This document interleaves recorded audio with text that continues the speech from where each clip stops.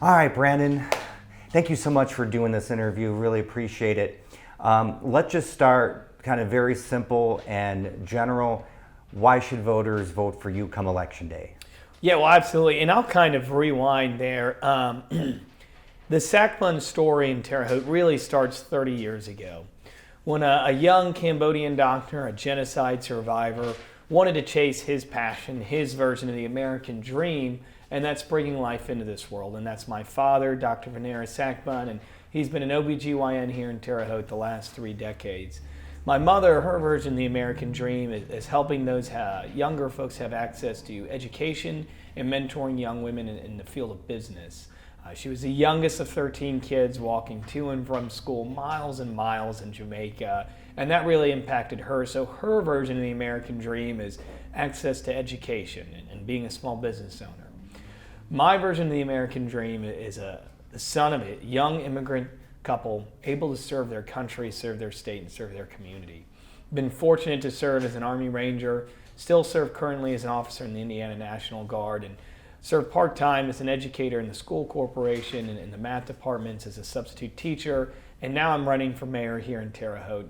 And why should voters give me a look? And I'm focused not necessarily on relitigating the past, but moving Terre Haute towards the future. And what does that really mean? Economic development, quality of life, access to education, all of these different fields, when you look at it from a municipal government perspective, you understand that we've got to invest in ourselves here in Terre Haute, in the people, through housing revitalization, sidewalks, streets reimagined, and really growing and modernizing our economy. You know, in early 2023, the United States Chamber of Commerce issued a dire warning to local governments. If they don't modernize their economies and change how they function, different communities could fall behind, and we're seeing that right here in Terre Haute, Indiana. Okay, so let's just get to, just so you know, I'm asking the same questions I did Mayor Bennett. Mm-hmm. So second question would be, let's just get to this glaring difference between the both of you. I mean, he can say that I've been mayor for many years. If he were to continue to go on, it would be 20 years as mayor.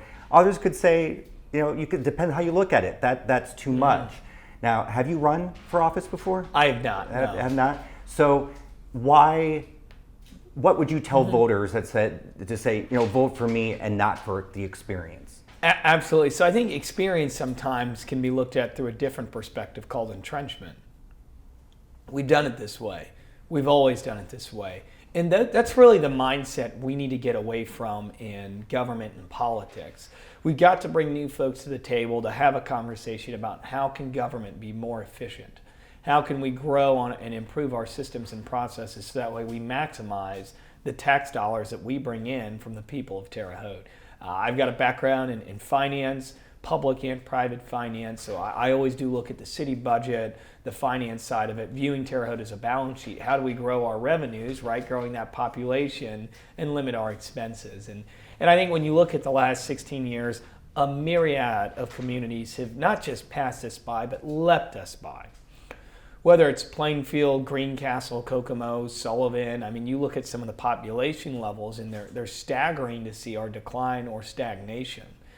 Driving down 3rd Street, it's not what it once was. Driving down Wabash, while we've had some success from hardworking business individuals and the county council really stepped up in funding the convention center, the truth be told, it's what have we really done to invite not just young professionals, but also our senior citizen category that is starting to retire and wind down in their careers.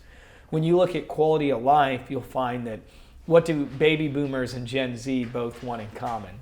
A place to eat, shop, drink, and play, good quality schools and parks to move to and from to. So we've really got to take a different look at government here. I mean, this happens all across the United States.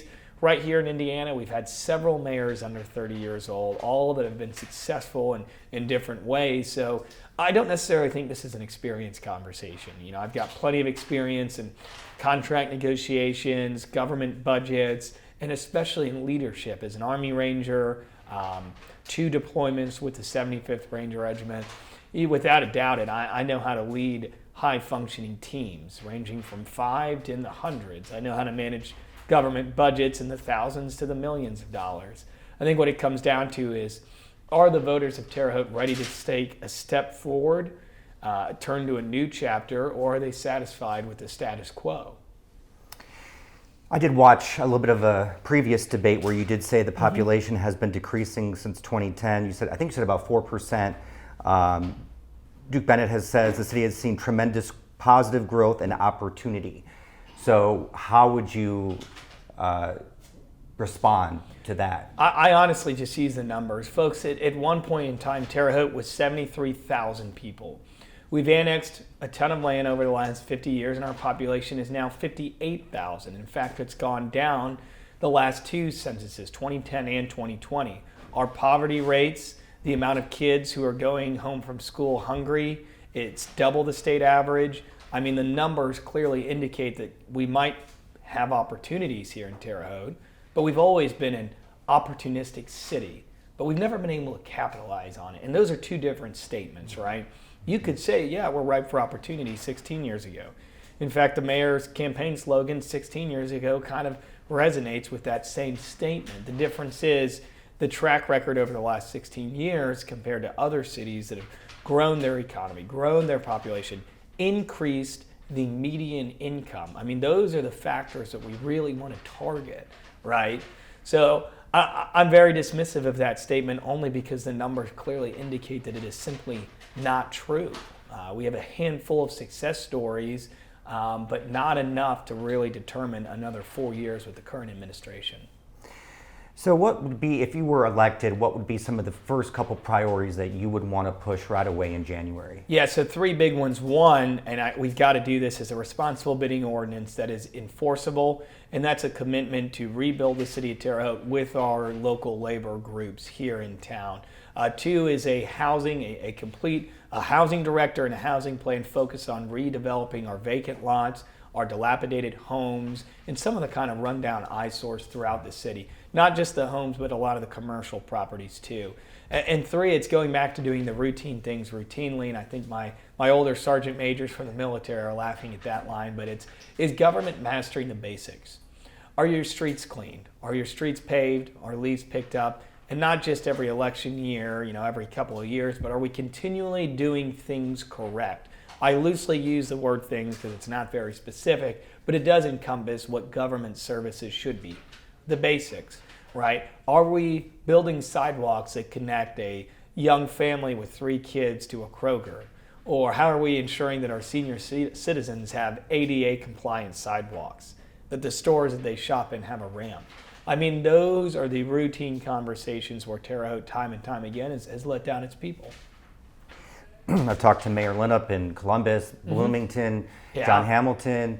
A common theme is housing, and saw that as part of this campaign as well. So what would your plan to be to help boost housing and aging housing? Yeah, so we have some of the oldest housing stock in the state of Indiana.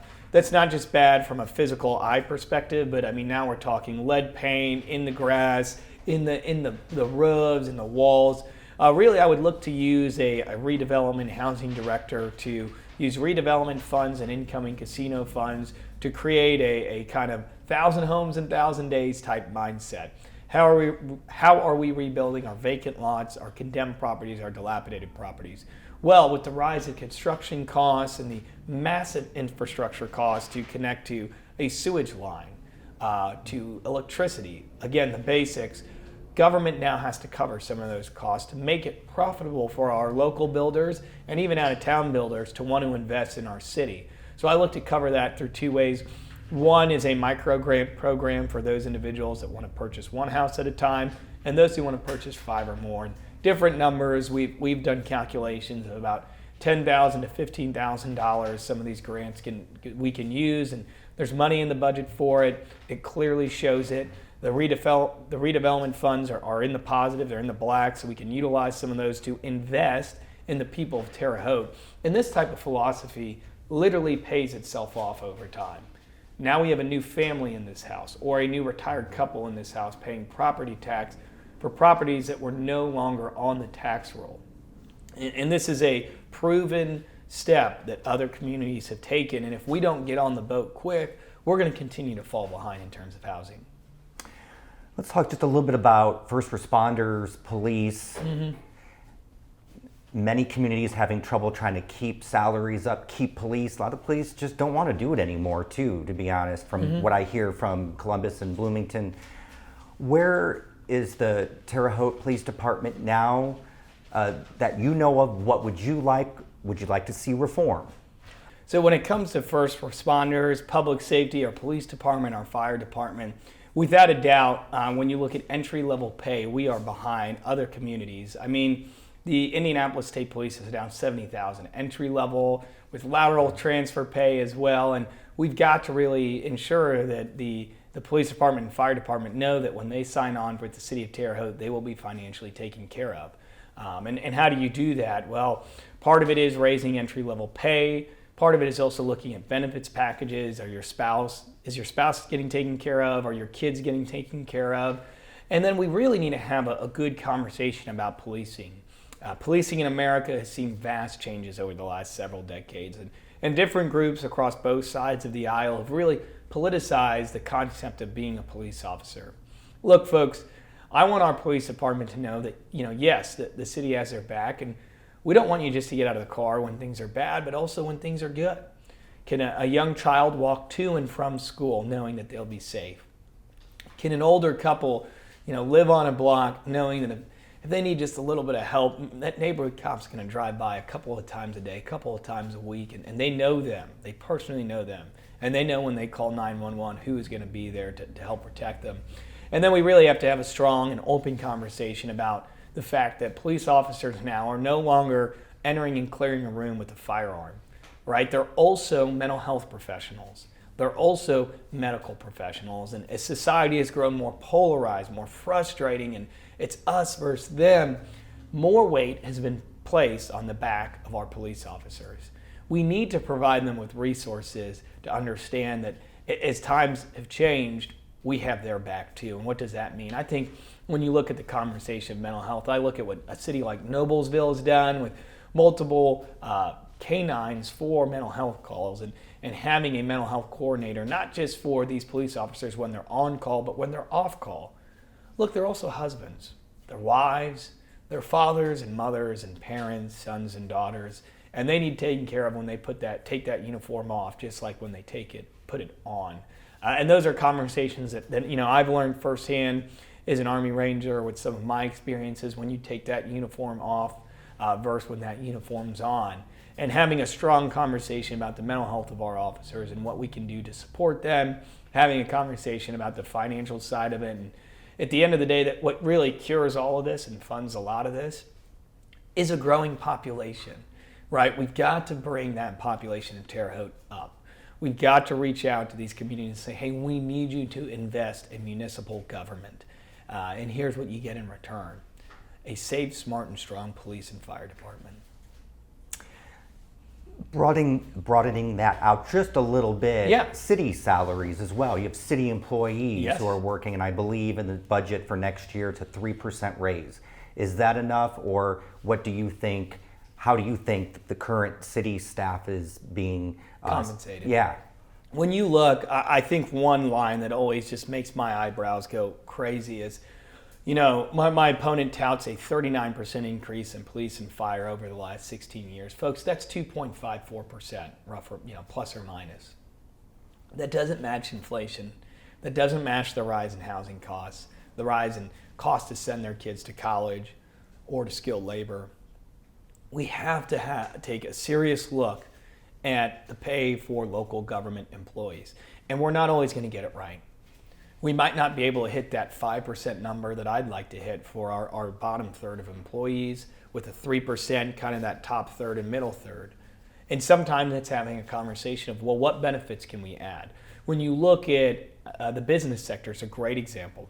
A lot of companies are just adding to benefits packages, whether that's time off or the conversation of more time to see mental health providers or physical fitness practices and discounts at local colleges. And I know here in Terre Haute, our local colleges could use some more enrollment, some of them, but having those open conversations about what can we add to the package when you, Joe, sign on to work for the city of Terre Haute. Those are conversations that should always be ongoing, only because the mayor can't compete with the price of a carton of eggs or a gallon jug of milk, right? There's a lot of national level price increases and decreases that sometimes government's slow to react to, and we've got to be better about it.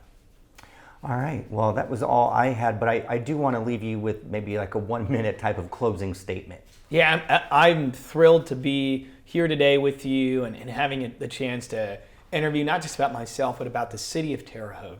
And I always keep it focused on that. I've got a unique background and unique history, but I think Terre Haute has unique potential to move forward in the future. Financially, the city budget's got a ways to go. And I think if this were a stoplight, we're really flashing yellow. Because of a declining population, because of such a low median income, if we do not change what we are doing, we will not differentiate ourselves from other communities.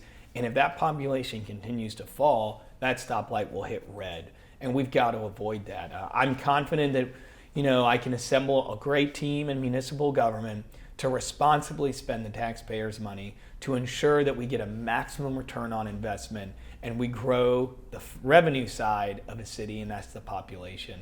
And we invest in the people through safe, smart neighborhoods, through a confident workforce ready to go, and most importantly, together, because that's what it's going to take. And together, I think we can turn Terre Haute around.